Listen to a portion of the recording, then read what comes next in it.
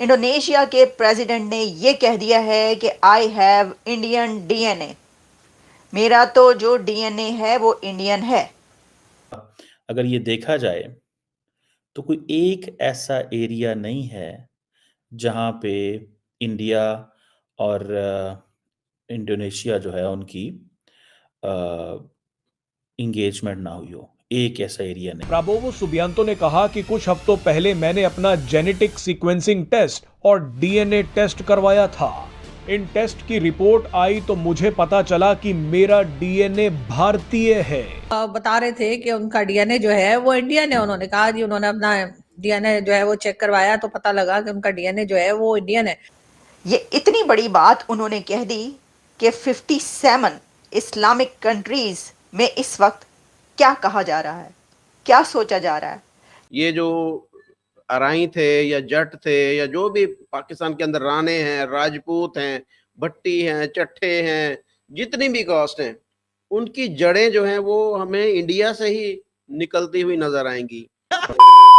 ये जो 57 इस्लामी ममालिक हैं और मुस्लिम उम्मा इसके ऊपर क्या कह रही है, तो कुछ ने कहा कि ये तो रा की साजिश है। देखिए, अब ये जिसकी भी साजिश हो, लेकिन ये साजिश हो गई है, क्योंकि प्राबोवो सुबियांतो ने धड़ल्ले से सरेआम ये कहा है कि उन्होंने अपने जेनेटिक सीक्वेंस करवाया, यानी डीएनए करवाया, और उस डीएनए में उनको ये पता चला कि वो तो इंडियन ओरिजिन से हैं, उनका डीएनए इंडिया का निकला। I have Indian DNA. तो इंडोनेशिया को the largest population Muslim country कहा जाता है। सबसे बड़ा मुस्लिम कंट्री जो है वो ये कहा जा रहा है कि अब वहाँ के प्रेसिडेंट भी इंडियन डीएनए रखते हैं। अब किसी जगह पर पिटन भी पड़ गया है। सर, कहा यह जा रहा है कि ये मातम शातम भी शुरू हो गया। इसकी वजह यह है कि एक तो ये कि ये किसकी साजिश है।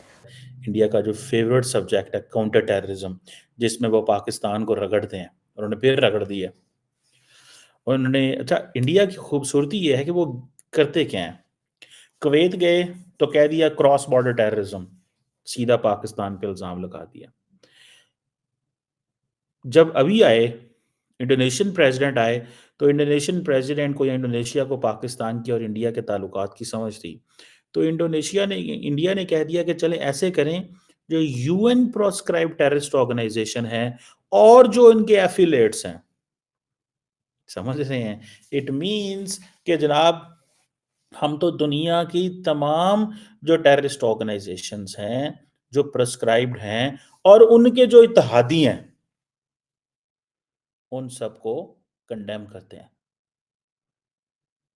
ये आप बात समझ गए हैं। ये है अक्सर गेम, ये होती है। तो फॉरेन ऑफिस में जो इंडिया के लोग बैठे हैं, उन्होंने बड़े तरीके से ये सारा कुछ किया। भाई, वो जैसे ही इंडियन म्यूजिक सुनते हैं वो कह रहे हैं कि मैं डांस करना शुरू कर देता हूँ। अच्छा, प्रॉब्लम ये है कि ये तो पूरी दुनिया में होता है।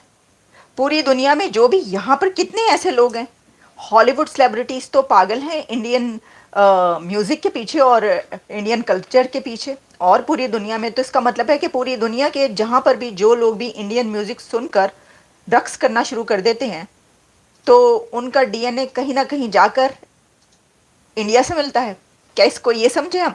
तो देखिए, ये बात आप जान लीजिए कि ऐसी एम्पायर्स, जब हम भारत की बात करते हैं ना, तो चोला एम्पायर से लेकर उससे पहले और उससे बाद की एम्पायर्स, वो पूरी दुनिया पर अपना रूल करती रही हैं। अफगानिस्तान से लेकर कंबोडिया, कंबोडिया से लेकर साउथ एशिया, और श्रीलंका से लेकर नेपाल तक। वो कौन कौन सा कंट्री है कि जिसके ऊपर भारतीय हुक्मरानों की, हिंदू रूलर्स ने रूल ना किया हो। तो जो सबसे one of the most ancient civilization कही जाती है हिंदुइज्म और भारतीय कल्चर, तो आपका क्या ख्याल है कि उसका डीएनए कहाँ कहाँ तक नहीं होगा? मुझे तो अब ये डर पड़ गया है कि सर कहीं ऐसा ना हो कि मोहम्मद बिन सलमान भी किसी दिन अपना डीएनए करवा के कह दें कि मैंने अपना डीएनए करवाया तो मुझे पता ही चला कि मेरा DNA, I have Indian DNA. अब तो सिर्फ ये रह गया सुनना। अच्छा, ये तो सुनने के बाद तो दिल के दौरे पड़ जाने हैं। मैं ये सोच रही थी कि देखिए हसन निसार साहब क्या सोच रहे होंगे, कितना बुरा मना रहे होंगे। देखिए एक इतने बड़ा फिलोसफर हसन निसार साहब, वो कह रहे होंगे कि देखो ये क्या कह दिया। भाई उनको पूछना चाहिए कि जब उनका डीएनए नहीं निकला इंडिया से, तो प्रेसिडेंट ऑफ इंडोनेशिया का डीएनए कैसे निकल सकता है? सवाल ही पैदा नहीं होता। देखिए आपको पता है ना कि कुछ दिन पहले एक उन्होंने ये बात कही थी, बड़ी वीडियो चली इसके, हमने भी इसके ऊपर प्रोग्राम किया। हसन निसार साहब ने कहा कि जी उन्होंने अपना डीएनए करवाया और उनको ये पता चला कि उनका डीएनए अरब से है। अच्छा होना ही चाहिए था कि वो इसके ऊपर मोहर लगाने के लिए, स्टैंप लगाने के लिए दिखा भी देते कि ये देखो मैंने अपना डीएनए करवाया, मेरा तो अरब का निकला। वो सिर्फ बता के चुप कर गए, नीचे मुंह करके चुप हो गए, जी मैंने करवाया तो मेरा तो कोई नहीं है, कहीं और से, मेरा इंडिया से नहीं है, मेरा तो अरब से है। तो वो दिखा देते यूं करके, ये देखें हाथ के हाथ, वो क्या कहते हैं कि हाथ कंगन को आरसी क्या, सर हाथ के हाथ दिखा देते दस्ती के नस्ती, ए देखो जी मेरा कोई नहीं डीएनए। अच्छा फिर अब आप ये देखें, ज़ैद हामिद साहब ने तो प्रेसिडेंट ऑफ इंडोनेशिया को छोड़ना नहीं, उन्होंने कहना है कि ये क्या किया है, ये तो दगा है, ये तो धोखेबाजी है, सर ये तो फ्रॉड कर दिया, ये क्या हो क्या गया कि उन्होंने देखिए अब आप क्या कर दिया। मुस्लिम उम्मा क्या सोचेगी? ज़्यादा हामिद साहब तो कहेंगे देखिए मुस्लिम उम्मा के पीछे पड़े हुए हैं, ये जानबूझ के कर रहे हैं, कोई नहीं निकला इनका। बल्कि मैं तो समझती हूँ उन्होंने सीधे सीधे ये कह देना, कोई नहीं निकला, एम ही कह रहे हैं, जानबूझ के कह रहे हैं, क्योंकि मोदी साहब के साथ बैठे हुए थे, वहाँ से उन्होंने अभी ब्राह्मोस की डील भी करनी है और साथ में वहाँ से इंडिया से उनको ट्रेड भी चाहिए, इंडिया से बड़े बड़े एग्रीमेंट्स चाहिए, इंडिया से क्या क्या कुछ वो लेकर नहीं गए और नहीं लेकर जा रहे, तो उन्होंने तो फौरन ये कहना, उन्होंने कहना ये गलत कहा, इन्होंने जान के कहा, इनके प्रेशर में आके कहा, इनके कहने पर कहा, मोदी साहब के कहने पर कहा।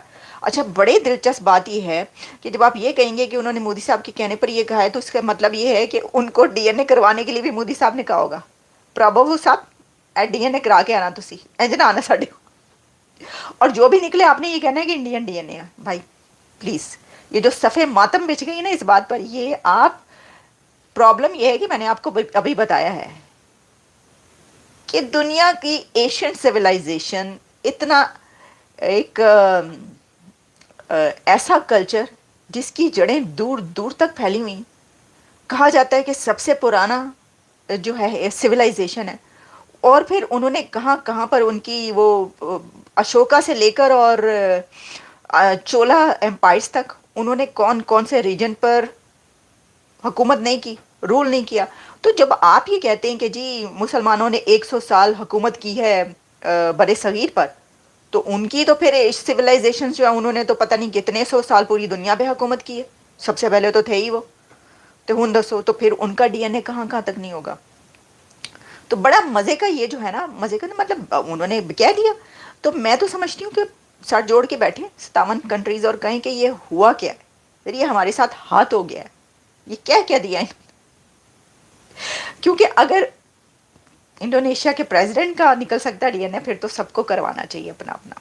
तो खैर वैसे तो खैर हमारे यहाँ तमाम ही लोगों का डीएनए इंडियन है, लेकिन हम मानते नहीं है। हम कभी कहते हैं हम तुर्क हैं, कभी हम कहते हैं हम अरब हैं, कभी हम कुछ कह देते हैं, लेकिन हम इंडिया की तरफ नहीं जाते। और उसका मेन रीजन भी यही है कि अगर हम ये बोल देंगे हमारा डीएनए इंडियन है या हम इंडियन है, तो वो तो फिर मुश्किल हो जाएगी ना, वो फिर टू नेशन थ्योरी का चूरन नहीं चलेगा हमारा, ये वाला मसला है। तो इसलिए हम नहीं जाते। और बाकी ये कि डीएनए हम चाहे कहीं का भी कह ले, लेकिन अगर हम हरकतें इंसान वाली करेंगे तो मेरा ख्याल है कि हमारे लिए बेहतर होगा।